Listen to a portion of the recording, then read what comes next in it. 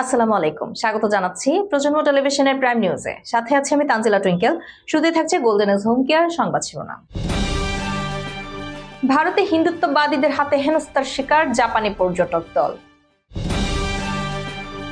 2025 সালে যেসব দেশে হামলা চালিয়েছে ইসরায়েল।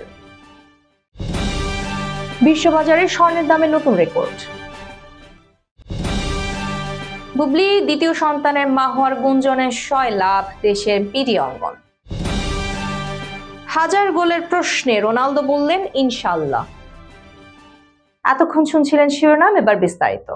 এবার ভারতে হিন্দুত্ববাদীদের হাতে হেনস্থার শিকার হয়েছেন জাপানে এক পর্যটক দল। গত 25 ডিসেম্বর বারাণসীর দশাশ্বমেধ ঘাটে ভ্রমণের সময় একদল হিন্দুত্ববাদী পুণ্যার্থীর হাতে হেনস্থার শিকার হন। যদিও এ ঘটনাকে কেন্দ্র করে শুরু হওয়া বিতর্কের পরবর্তীতে পুলিশ একটি ভুল বোঝাবুঝি হিসেবে অভিহিত করেছে।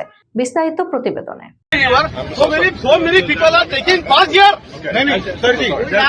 প্রত্যক্ষদর্শীদের মতে ওই পর্যটকরা ঘাটে গোসল করার প্রস্তুতি নিচ্ছিলেন। সে সময় কিছু পুণ্যার্থী তাদের বাধা দেন এবং গঙ্গা নদীতে প্রস্রাব করার অভিযোগ তোলেন। এরই মধ্যে ঘটনার একটি ভিডিও সামাজিক যোগাযোগ মাধ্যমে ভাইরাল হয়েছে, যেখানে দেখা যাচ্ছে পুণ্যার্থীরা পর্যটকদের জেরা করছেন এবং পর্যটকরা দৃশ্যত ভীত ও বিভ্রান্ত অবস্থায় রয়েছেন। ভাইরাল ভিডিওতে এক পুণ্যার্থীকে বলতে শোনা যায়, আপনার কি সাধারণ জ্ঞান নেই? এটি আমাদের পবিত্র নদী, এখানে কত মানুষ স্নান করছেন, হাত জোর করে ক্ষমা চান। পর্যটকে তার ট্যুর গাইডকেও ডাকতে বলা হয়।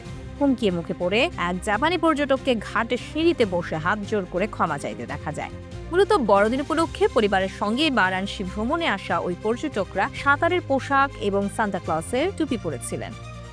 প্রত্যক্ষদর্শীরা জানান, বেশ কিছুদিন ধরে বিতর্ক চলে এবং পর্যটকদের মৌখিকভাবে গালিগালাজ করা হয়, যার ফলে তারা এলাকা ছেড়ে চলে যেতে বাধ্য হন। ভিডিওতে পর্যটক পরিবারের নারী ও শিশুদেরও বেশ আতঙ্কিত দেখাচ্ছিল। এ ঘটনার প্রতিক্রিয়ায় Varanasi police Kashi deputy commissioner of পুলিশের অ্যাকাউন্ট থেকে একটি বিবৃতি প্রকাশ করেছে।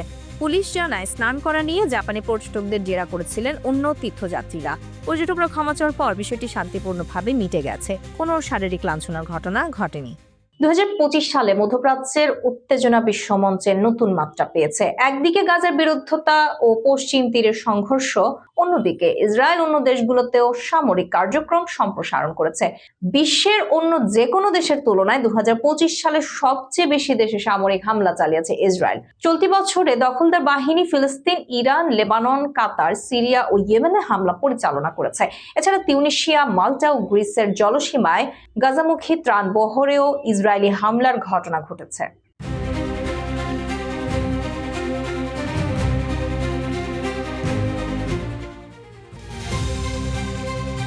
চলতি বছরে ইসরায়েল কমপক্ষে 6টি দেশে আক্রমণ চালিয়েছে। এর মধ্যে রয়েছে প্যালেস্তাইন, যেখানে গাজা সিটি ও পশ্চিম তীরের উদ্বেগজনক হামলা ও অভিযান অব্যাহত আছে। লেবাননে হিজবুল্লাহর বিরুদ্ধে নিয়মিত স্ট্রাইকস হয়েছে এবং সিরিয়ার ওপরও বিমান ও ক্ষেপণাস্ত্র হামলার খবর পাওয়া গেছে। ইয়েমেনে ইসরায়েল বিমান হামলা চালিয়েছে, বিশেষ করে সানা ও আল জোফ এলাকায়। ইরানের বিভিন্ন সামরিক ও পরমাণু স্থাপনা লক্ষ্য করে ব্যাপক অভিযান চালানোরও খবর এসেছে। এছাড়া সেপ্টেম্বর মাসে কাতারের রাজধানী দোহাতেও ইসরায়েলি বিমান হামলার ইহুদিবাদদের 2025-এর এই সংঘর্ষটি শুধুমাত্র গাজা বা সীমান্ত এলাকায় সীমাবদ্ধ নেই।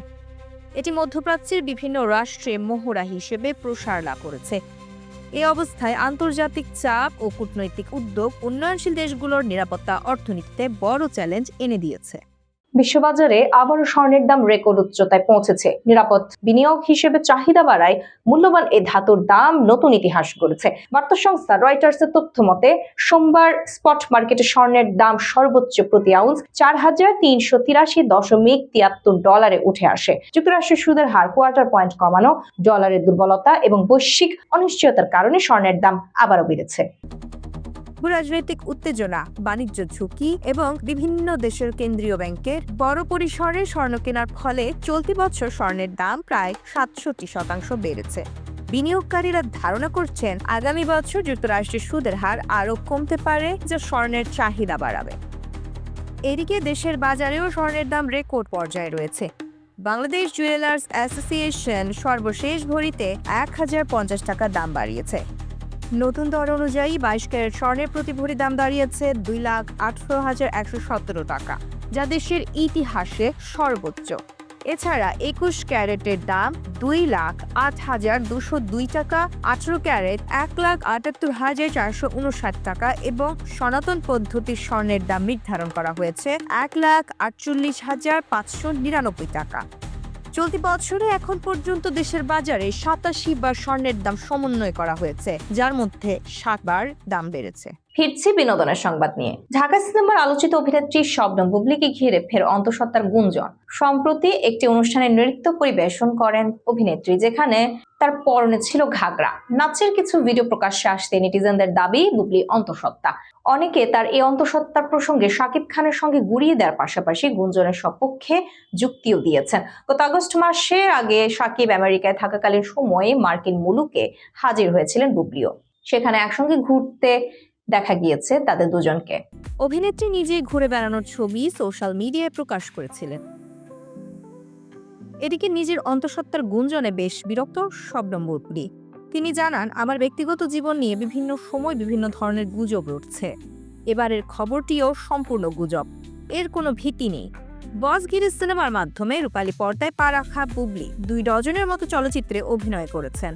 ক্যারিয়ারের জনপ্রিয়তার তুঙ্গে থাকা অবস্থা 2018 সালে 20 জুলাই শাকিব খানের সঙ্গে বিবাহ বন্ধনে আবদ্ধ হন এই অভিনেত্রী। 2020 সালে প্রথমবার মা হন অভিনেত্রী। যদিও ছেলের জন্মের পর খবর প্রকাশ এনেছিলেন প্রায় 2 বছর পরে। সেই সময়ে এই খবরে প্রায় ঝড় উঠে। বুবলি জানিয়েছিলেন শাকিব খানের সঙ্গে ধর্মীয় আচার মেনে বিয়ে হয়েছে তার। তাদের প্রথম সন্তানের জন্ম হয় আমেরিকায়। তার নাম শেহজাদ খান বীর।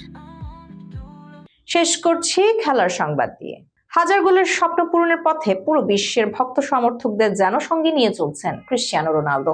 আরো একবার নিজের এই স্বপ্ন পূরণের কথা ব্যক্ত করেছেন পর্তুগিজ এই তারকা।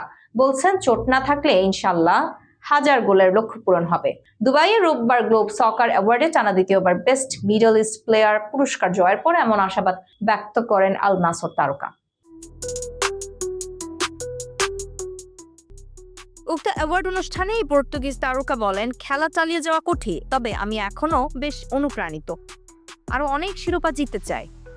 মধ্যপ্রাচ্যে খেলছি নাকি ইউরোপে বা কোথায়, এটা কোনো ব্যাপার নয়। আমি সবসময় ফুটবল খেলতে উপভোগ করি এবং সামনে ছুটতে চাই। আপনারা জানেন আমার লক্ষ্য কোনটি। আমি ট্রফি জিততে চাই এবং সেই সংখ্যাটিতে পৌঁছাতে চাই। এদিকে পুরস্কার জয়ের ছবি সামাজিক মাধ্যমে পোস্ট করে রোনালদো প্রত্যয় জানান, একই উদ্যমে ছুটে চলার। স্পেশাল একটি মুহূর্ত দিয়ে শেষ হচ্ছে বছর। লক্ষ্য অর্জনে একই তাড়না, নিবেদন ও ক্ষুধা নিয়ে এগিয়ে যাব। এবছর যারা আমার পাশে ছিলেন সবাইকে ধন্যবাদ। 40 বছর বয়সেও এখনও দুর্দান্ত ফর্মে রয়েছেন রোনালদো। গত শনিবার আল নাসরের জয়ে জোড়া গোলের পর রোনালদোর গোল সংখ্যা এখন 956। সৌদি প্রো লিগে 12 গোল করে এবার এখনো পর্যন্ত সর্বোচ্চ গোল স্কোরার তিনি যৌথভাবে সতীর্থ জোয়াও ফেলিক্সের সঙ্গে। সব ঠিকঠাক থাকলে 41 বছর বয়সী আগামী বছর বিশ্বকাপের নেতৃত্ব দেবেন তিনি পর্তুগালকে। এই ছিল প্রজন্ম টেলিভিশনের প্রাইম নিউজ। পরবর্তী প্রাইম নিউজ দেখার আমন্ত্রণ জানিয়ে শেষ করছি এখানে। এতক্ষণ সাথে থাকার জন্য ধন্যবাদ সবাইকে।